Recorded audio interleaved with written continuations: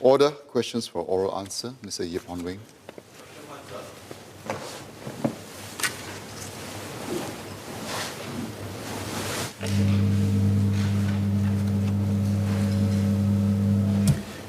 Mr. Speaker, sir, as the first member to speak in the first parliamentary sitting of the year, may I just wish all members and Speaker a good 2022 ahead.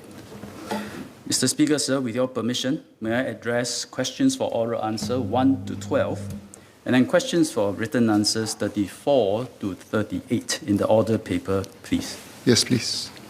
Mr. Speaker, sir, then Senior Minister of State, Dr. Janio Puthucheary, and then Minister Chan Chun Sing will address another 2 sets of questions on child vaccination.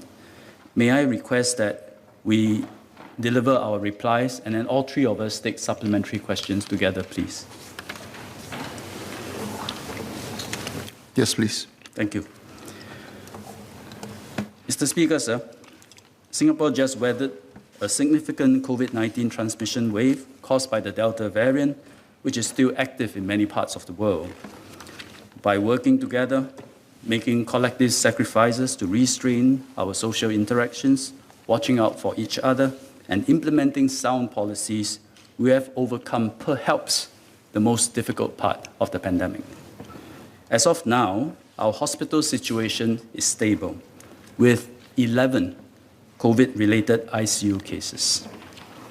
Most activities have resumed, and we are meeting up with friends and loved ones. Our society has become much more resilient to COVID-19 than before, and this is an important milestone. But the new Omicron wave is upon us. If we work together, we can ride through this wave. Once we have done so, we will be even more resilient than now, even more prepared to live with COVID-19 as an endemic disease.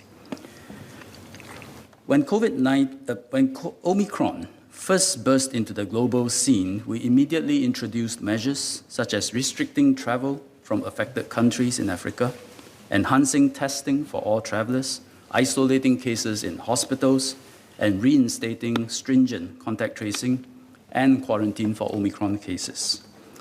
These measures will not stop Omicron from taking root and spreading in Singapore, given its high transmissibility.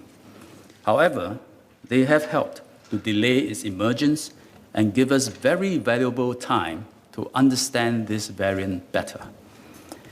The characteristics of Omicron have now become clearer, and this is what we know today. And there are 3 key points. First, local and overseas evidence show that it is far more transmissible than Delta variant. So we must expect a wave that could be a few times larger than the Delta wave. So if Delta infections reached a sustained incidence of about 3,000 cases a day, Omicron could perhaps reach 10,000 to 15,000 cases a day, or even more. Cases are likely to double every 2 to 3 days. So once cases start to rise steeply, within a couple of weeks, we may see 3,000 Omicron cases a day. Second point, there has been consistent international evidence showing that Omicron infections are less severe than Delta.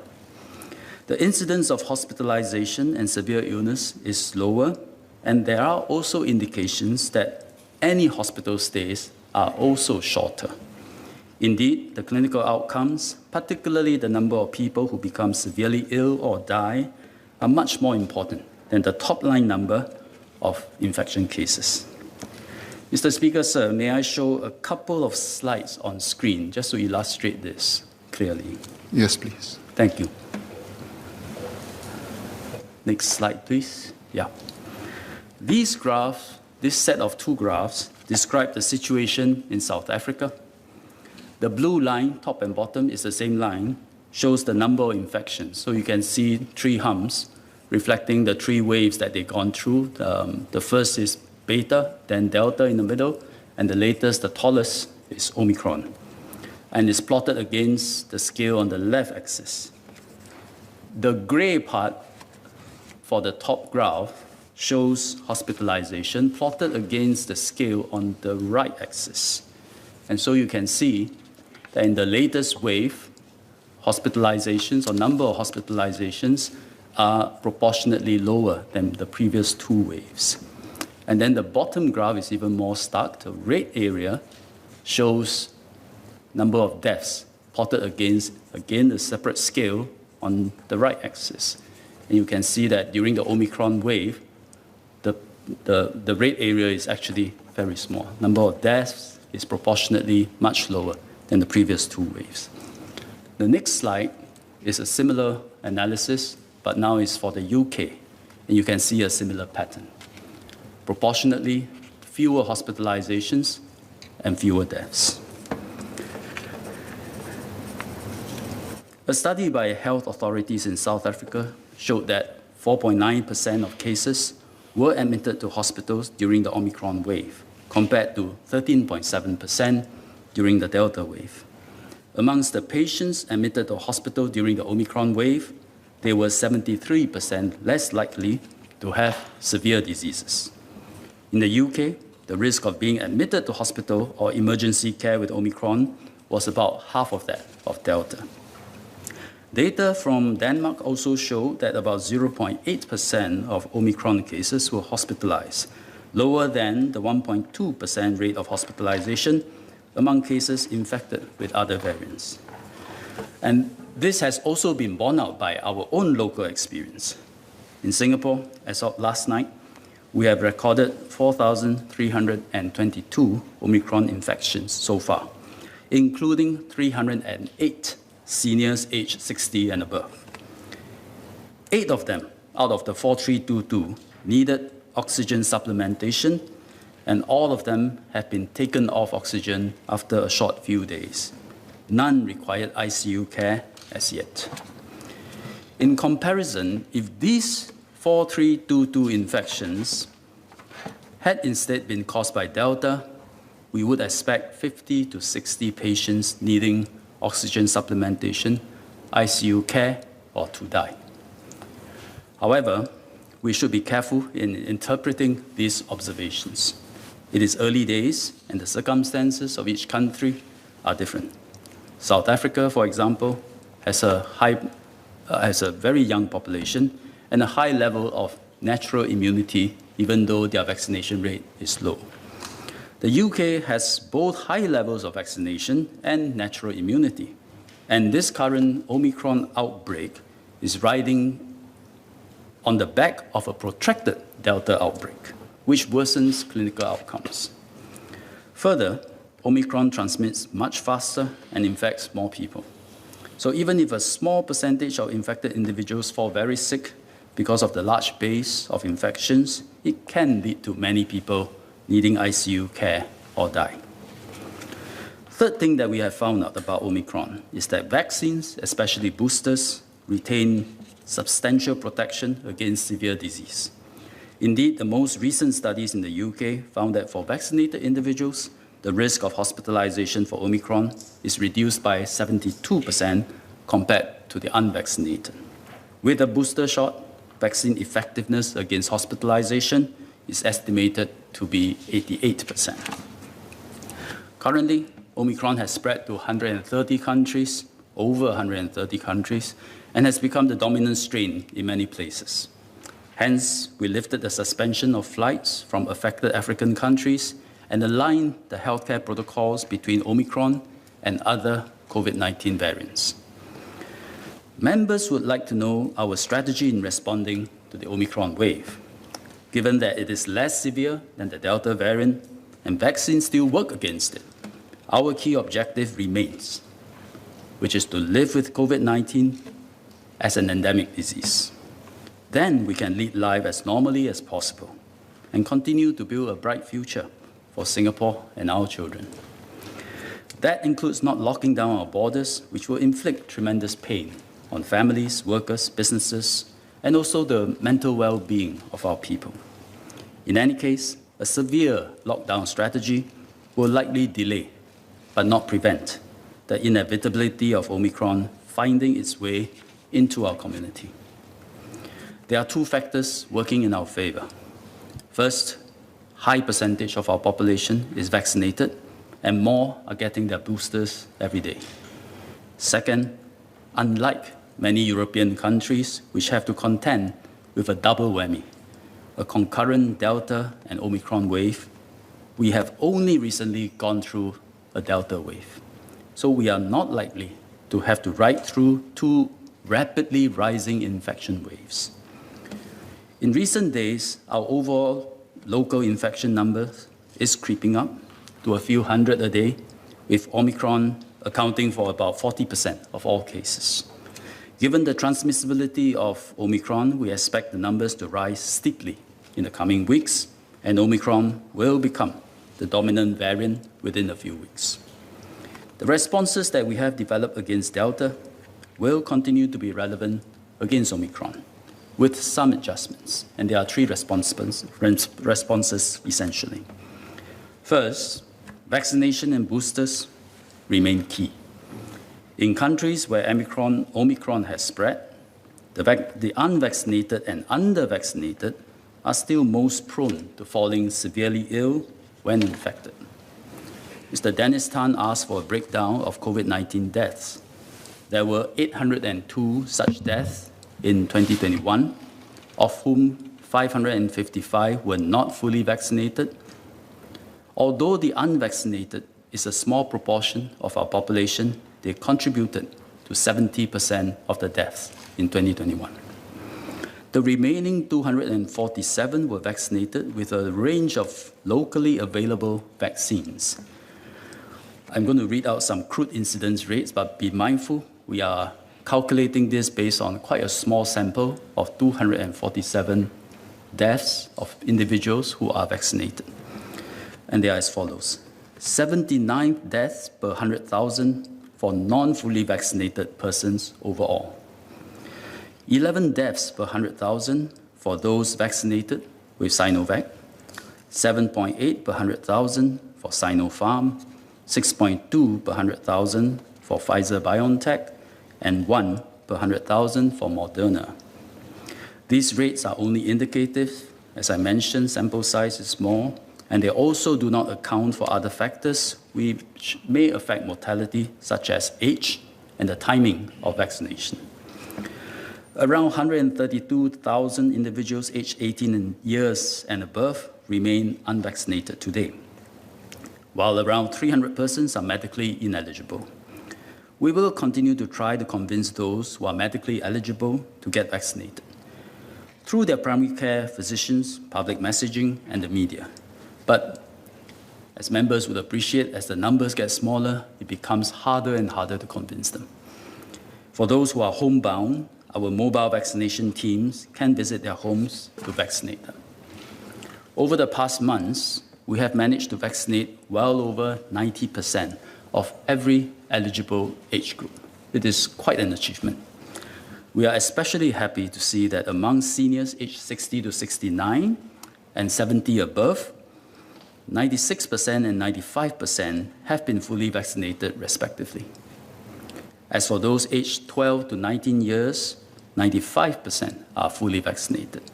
For the even younger ones, aged 5 to 11, we have just started vaccinating them. The response has been good and operations has been smooth. At this time, only Pfizer-BioNTech Comirnaty vaccine is authorized for use in ages below 18 years. We will continue to monitor closely the availability of other vaccines, including non-mRNA vaccines that are approved for use in children. At the same time, our vaccine booster program is gathering pace. About 46% of our population has received their boosters. We have recently brought some 900,000 individuals aged 18 to 29 into the booster program, of whom 700,000 are already eligible to receive their boosters today. Our booster coverage will continue to expand over the month of January. We have also set a validity period for full vaccination status of 270 days as a strong signal to our population. Please get your boosters promptly. As to whether there is a need for further booster shots, fourth shot, fifth shot, it is too early to tell. Today, Israel is the only country that has authorized a fourth dose for non-immunocompromised individuals. For an endemic infectious disease like influenza, we can draw some inference from there. This virus mutates frequently, so people receive vaccinations every year to protect themselves against it, without many problems or the need for disruptive border closures and social restrictions each time there's an influenza infection wave. It is a possible future scenario when we live with COVID-19 as an endemic disease. MOH and the expert committee will continue to monitor local and international data on the durability of protection from vaccine boosters and the evolution of the virus to assess the need for further vaccinations. Second response, we will continue to enhance our healthcare capacity. We have made preparations to ramp up capacity and manpower of the home recovery program, community treatment facilities, the CTFs, and public hospitals. We stand ready to provide up to 350 ICU beds, 2,000 isolation beds, and 4,000 CTF beds for COVID-19 cases within a couple of weeks' notice. Particularly for hospital ICU capacity, existing single rooms and isolation rooms can be repurposed into additional ICU beds when required. Medical equipment and consumables are ready. Manpower is always a limiting factor, but ICU staff has increased by 12% over the past year to about 1,800 now, and we have trained or are training about 500 more staff to assist with ICU operations. Antiviral medications for COVID-19 have been used to treat vulnerable patients who are at high risk of falling severely ill. When authorized for use and made available in Singapore, these oral antiviral medications will be important additions to the range of COVID-19 therapeutic agents already in use locally. We have signed or are negotiating supply agreements for these medications, but unfortunately, I'm not at liberty to release details due to confidentiality obligations in these contracts. Outside of the hospitals, we will be enhancing our healthcare protocols to right-side patients so that hospital resources go to those who need them the most. The MTF has recently announced our partnership with primary care doctors to care for patients who are recovering at home after being tested positive with antigen rapid tests under what we term Protocol 2. This will help them safely recover and return to normal activities as soon as possible. I should caution members against thinking that coping with a transmission wave successfully is a matter of recruiting more healthcare workers and building more ICU facilities. Our objective is not to have more people falling very sick and admitting to ICU, but in fact, to avoid it. Hence, we size our emergency healthcare capacity based on what is sustainable and practical, bearing in mind this is a crisis of a generation. The capacity needed cannot be provided within our usual redundancy provision, and ICU-trained staff do not just increase multifold overnight or even over a few months. Hence, we have to try to temper the infection numbers through safe management measures and exercise self-restraint in our social interactions. So, vaccinations, expansion of healthcare capacity, safe management measures, the three must work in tandem, and we must strike a balance between the three factors. We cannot, for example, over-liberalize social activities, remove all restrictions, let infections rise uncontrollably, and leave the healthcare system to bear the consequences. Neither do we swing to the other extreme, protect the healthcare system at all costs, go for a zero COVID strategy, lock down our borders and society, which will cause tremendous suffering to all our people. How the three factors balance off each other is a matter of judgment, depending on the pandemic situation. It will be too rigid to set matrix and parameters to trigger social restrictions, as we need to respond flexibly and appropriately to the twists and turns that the pandemic situation may take. This brings us to the third response, which is safe management measures. In recent months, instead of imposing across-the-board social restrictions, we introduced VDS, Vaccinated Differentiated Safe Management Measures. This is because unvaccinated individuals are at far higher risk of falling severely ill. This group have consistently taken up 2/3 of our ICU beds throughout the pandemic. By restricting their social interactions, we protect them against infections and serious illnesses and taking up hospital resources. The rest of society who have been vaccinated can also then live life more normally. However, there are presently no plans to introduce VDS for children aged 12 and below in community, public, preschool, and school settings. This is due to a combination of reasons, namely, children are less likely to develop severe illnesses when infected, and we want to preserve as much as possible universal access to holistic education for children. Minister Chan will explain further. For now, children aged 12 and below who are Singapore citizens, permanent residents, or long-term pass holders and did not travel recently will continue to have their COVID-19 medical bills fully covered by the government, and this is regardless of their vaccination status. So in general, while we have a strict VDS system in place to enable society to carry on normal lives as much as possible while protecting the unvaccinated, the rules are much less strict for children, based on the reasons I explained earlier. Members ask if we are likely to tighten up social activities because of the Omicron wave. When the Delta wave subsided late last year, we refrained from being too jubilant and over-relaxing restrictions. That would have been a mistake. We kept our masking requirements. We did not allow back night entertainment. We kept group sizes at 5. So it is the MTF's hope that we can ride through the Omicron wave with the current safe management measures posture. If we have to tighten the restrictions, it will be as a last resort, and when our healthcare system is under severe pressure.